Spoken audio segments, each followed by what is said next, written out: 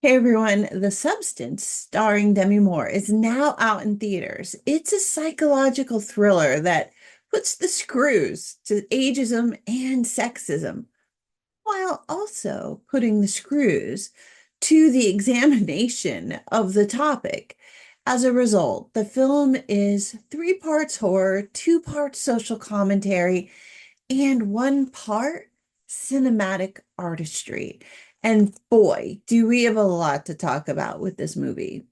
Remember to give this review a thumbs up and subscribe for more videos. Thank you so much. The Substance opens with the construction of a new star on Hollywood's Walk of Fame for Elizabeth Sparkle and ends with that same star being cracked and faded and worn down with age. And I think that is the best summary of this film. Elizabeth's future is absolutely canceled on her 50th birthday by Harvey, her smarmy producer, played by Dennis Quaid. And after an accident brings her to the hospital, a young doctor slips her a note and a thumb drive with a message about this new thing called the substance that has changed his life. Desperate for relevance and youth, Elizabeth signs up for this special treatment called, you guessed it, the substance. It's basically this injectable fluid that forces her body to split into two bodies, with the original body remaining hers in its original condition and a new, younger body.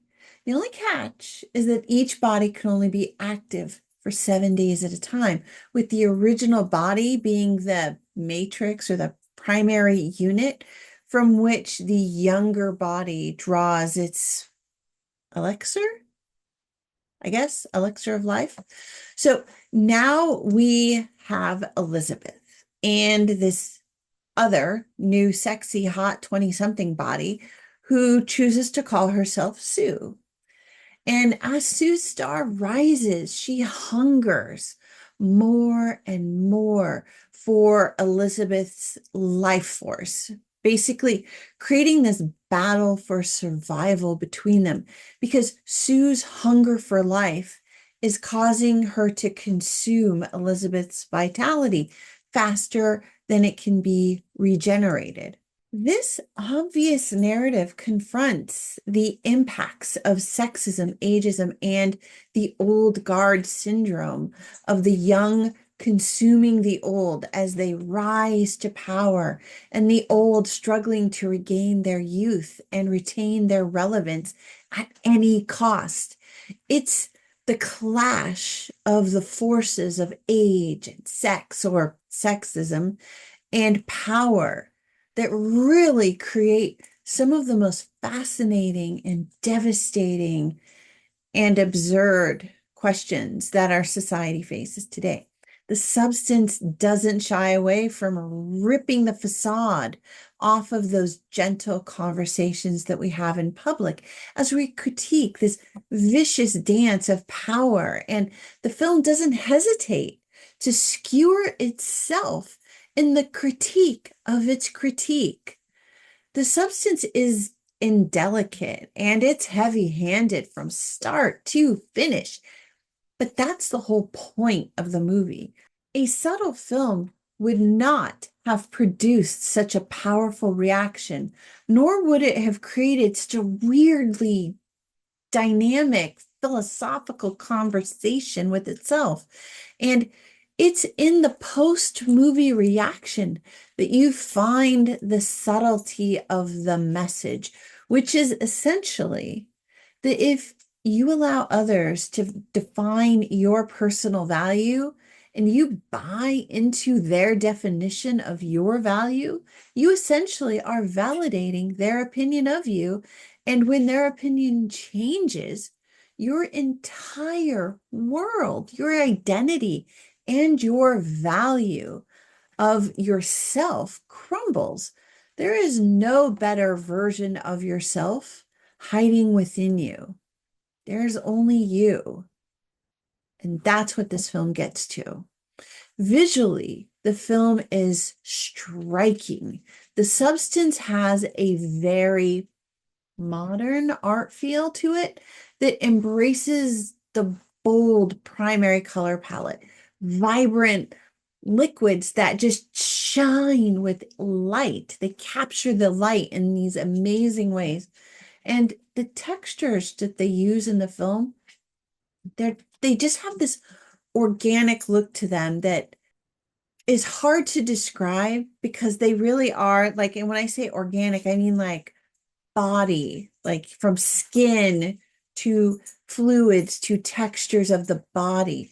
And there is this distorted absurdity to the storyline, the characters, and the plot, which are reflected in the artistic camera work that parallels the emotional and the psychological turmoil of the characters, using these underwater like visuals and distorted sounds to reflect the surreal experience of Elizabeth's and Sue's transition between old and young. And the surreal nature of the cinematography grows more and more absurd as the film just descends into the finale. It's at this point that the visual and the psychological story does this hard shift into the absurdist gore that not only rivals, but leaves the iconic, if not chaotic, bloodbath scene in the horror film Carrie in the dust, as the substance just gleefully embraces what I can only coin as grotesque splatterpunk horror, which mirrors Elizabeth's and Sue's unraveling sanity. Demi Moore has had some terrific roles in her career, but I don't think she has ever played a character who has so perfectly matched her age in life, her character status, and her future. Her performance is brutally honest and transcendent as Elizabeth Sparkle, capturing the pain of an aging starlet who is still beautiful, but can't see her own value in a youth-obsessed world. Margaret Qualley, who plays Sue, embodies youthful innocence mixed with this feral ambition. She brings raw energy to the role, embracing the power and freedom that comes with being young and beautiful and desired. Together, Demi Moore and Margaret Qualley represent the duality of womanhood, with each vying for control while simultaneously being trapped in a desperate and destructive cycle of dependency. While the movie's themes are compelling, it's the flaws in the narrative's logic that might be the most interesting thing about the film, because the flaws expose the very questions and answers that the film is exploring. And the more I think about this movie, the more I admire Coralie Fargeat's skill. I think that's how you say her name, Fargeat or Fargeat. It's her skill as a writer and a director. For instance, who is behind the distribution of the substance? Why is there no charge for it? Why isn't there better guidance for how the older and younger selves should coexist? And what are the dangers of not figuring it out?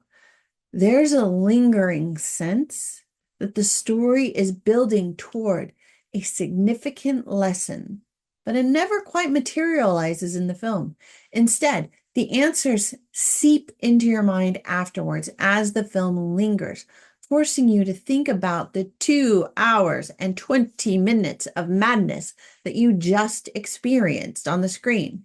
For me, the answers to these questions are society.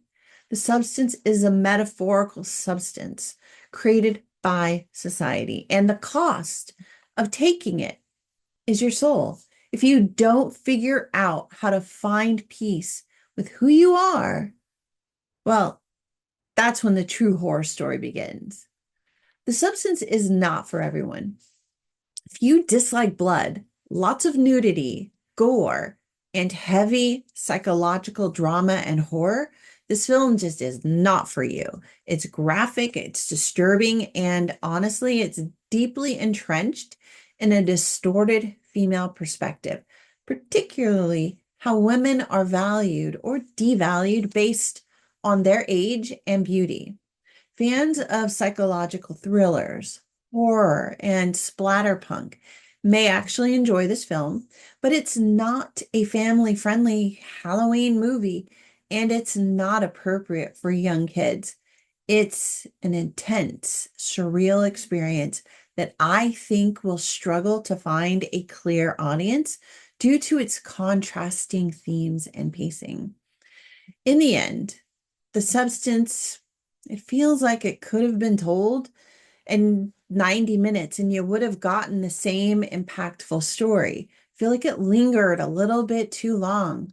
While there are elements of the film that I genuinely appreciated, like the performances, the artistry, and the underlying themes, and the hard questions that it asks, it's a difficult film to watch. In addition, its ambitious exploration of aging, beauty, and identity, it just all gets lost in its own excesses. So, The Substance. Is this a film you're excited about seeing? Are you planning to watch it?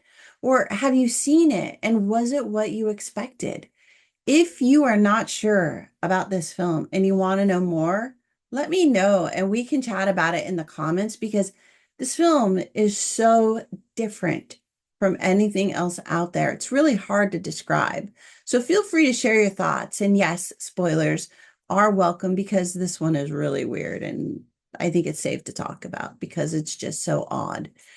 Be sure to give this review a thumbs up and subscribe for more videos. Thank you guys so much. I really appreciate it, and I will see you all again soon. All right, bye.